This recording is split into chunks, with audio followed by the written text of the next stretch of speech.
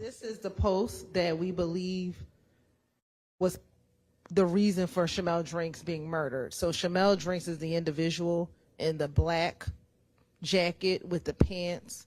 Next to him is Jasper Walters. Next to him is Shell Kell. This post was reposted by Shell Kell, screen grabbed on March 12, 2022, Your Honor. We believe that Investigator Viverito will talk about the emojis on here. There are two shells, which could indicate two bodies. Then there's a zipper lip and a black heart that one could interpret as they were the ones responsible for the death of McMiller and Ford, Your Honor. And so Mr. Drinks posted the initial post, the post that says no love _ nut. And he posts Mr. Drinks posted, I'm with y'all 100 at Shellkel _ nut life at Summerhill, Little Man, LLN Mafia. Then Shellkel on March 12th reposted his post on his public Instagram page, Your Honor. And then 2 days later, Mr. Drinks is murdered. And so we believe, one, it is relevant for that purpose, that it was a public post. It's definitely relevant. And again, we're not offering for the truth of the matter, sir, about whether or not he's with them or not, but the fact that Shell Kell reposted it, and Shell Kell is the one who put the shells and the zipper lip in the heart, that could be considered an indication of they're taking responsibility for the murder of. Okay. I mean, do you think that she is going to testify these two shells could mean two bodies? Yes. Is it typical within gang life to make a post of whatever your symbol is and have it mean a body? Yes. And she's going to be able to say that? Yes. Because sometimes they'll use teardrops. So as opposed to using the teardrops to represent death, they sometimes use a Shell Kell because he is Shell Kell. So that's his thing. So she will testify that could be. That would seem like it would represent him. So unless, No, I mean, I may taking need to hear from her on the basis for which she can opine as an expert that two shells could mean two bodies, okay? Yes. So you need to make sure we do that before I permit that testimony. So Yes, sir. There's two aspects of hearsay here, in my mind, that are both assertions of fact. One, we have Mr. Drinks, who is saying, I'm with you 100%.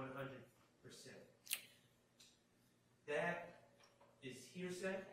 Well, the reason as I understand it, the state is not offering that for the truth. They're offering that to show the alleged reaction that it got. But there's no evidence whatsoever that anyone involved in this case ever looked at or downloaded or saw this tweet. So it's kind of like we're backdooring in the hearsay to prove something that we really has no foundation. There's no evidence that Mr. Stillwell, or Mr. Farley, or Mr. Nichols. Okay. Yeah, that's what your job is as the defense attorney, to point that out.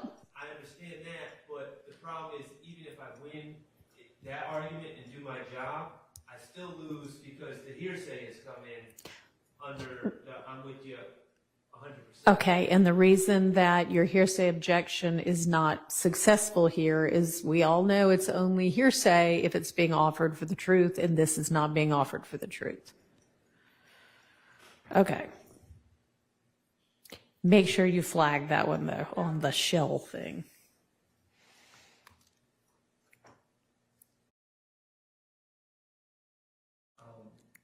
I'm just objecting to this hearsay. Are we on 24 now? Yes, I'm sorry, 24. This is Shell Kelly. Your Honor, this is a day after This is posted on March 4th. So this was initially posted on March 4th. Okay, what part of it So was posted on March 4th? The shell kill, the why you buy a watch, you know it's time to die? Yes, this whole post was March 4th. So And are y'all alleging that something significant was happening around that time? yes, Your Honor, we do believe that on March 3rd is when the public was made aware of Mr. Rashawn Bennett being stabbed in the jail. So there was a bond hearing, a bond motion filed on March 3rd. And then, of course, the media picked that up on around March 3rd, around the same day. And then this is posted the day after that information came out. So we believe that because of what happened at the jail, which is what we think started the trickle-down effect of what happened between February 9th and March 14th, that this was an indication of being prepared to retaliate for what happened to Mr. Bennett in the Fulton County Jail. And then, is it reposted or? No, this is his post. So we just screen grabbed it on March 12th, Okay. but he posted it himself on March 4th on his public page. And again, this is just showing the antagonizing that started happening. I know you don't like the word subliminal, but this is what the culture calls subliminal messaging, right?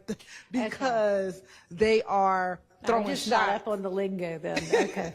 They're throwing, well, let me not say throwing shots, but they're talking back and forth, but in coded language such that, It's not very coded. yeah, right. I'll also point out that the two shells are showing up on March 4th at the bottom before the double homicide. Okay. Well, I'm going to admit it over objection.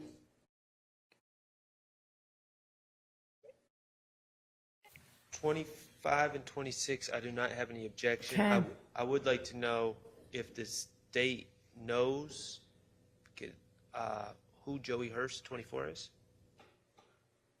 Again, there's still these trolling fake pages, but again, these were fake pages by, we believe, YFN associated individuals. What is that based on? If they're fake pages, why do we believe it's YFN associated people? I think because of everything that was happening in I'm not going to say the Is there only, some but the other biggest. post by Joey Hurst 24? You So he told me does- that first guy, there were other posts that gave context. Is Yeah, 25 and 26. So 25 is them posting Mr. Ford saying smoke your pack. And then unfortunately, the harsher one is And 26. and I don't which have is super harsh. I'm not objecting to 25 or 26. I'm just trying to, because again, there's no report. I'm just trying to understand what this is. so any basis for believing that this is YFN? Is that what you're asking? Our understanding is at this time, and I'll get more clarity, that there was no other opposition to YSL except YFN. And their associates, the people that they you might associated need to look with. into that because Mr.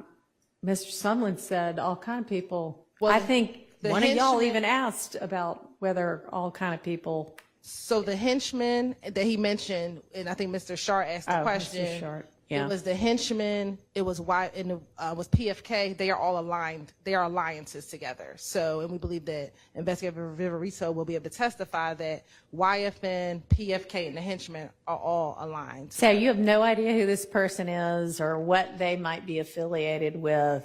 You just think it must have been an op. Definitely think it was an op given what the context of the post. Yes. It's a really mean person, whoever it is, but whether it's a gang opposition, I mean, we're just like basically taking based on context that it must be an op, but those murders have yet to be solved. So I think this is a little dangerous if you have nothing more than this. Well, I'm not objecting. Okay. To 25 and 26. I Okay. just really wanted more information. Well, then never mind. 27, my question is relevant. Is that a strategic decision on your part, Mr. Schardt? Yes. Okay. You've thought through the benefits and drawbacks of that? I'm starting to learn the strategery part. Okay. 28. I didn't understand the relevance of this when I saw it in this folder. Yes, Your Honor. So, on the night of March 11th, so Mr. McMiller and Mr. Ford are murdered in the early morning hours. That evening, probably I think around 11 o'clock, Stephen Harris, who is a YSL associate, went by 12 Atlanta, which is a YFN stronghold, and shot at that YFN stronghold, shooting an individual in the head. Once he then ended up, Mr. Harris, driving to a wall at a location near 12 Atlanta. Okay. This picture was taken by one ABG, it says Big Nick, but he's known as Fat Nick, who is a YFN associate, and he posted this picture when Stephen Harris ran into the wall. That's the actual picture of that person having hit the wall? Yes, Your Honor. And then, of course, laughing about it. And so this, again, we believe was retaliation for Mr. McMiller and Mr. Ford shooting. And I believe there's court's indulgence for a moment. Here's the problem. There's been no mention of this incident at 12 didn't think Atlanta so. with Stephen Harris. So for only way this would become relevant is if Investigator Viverito got on the stand and went into a big hearsay statement about what this is all about, which of course I would object to. Yep. I think that's a valid objection. This is sustained.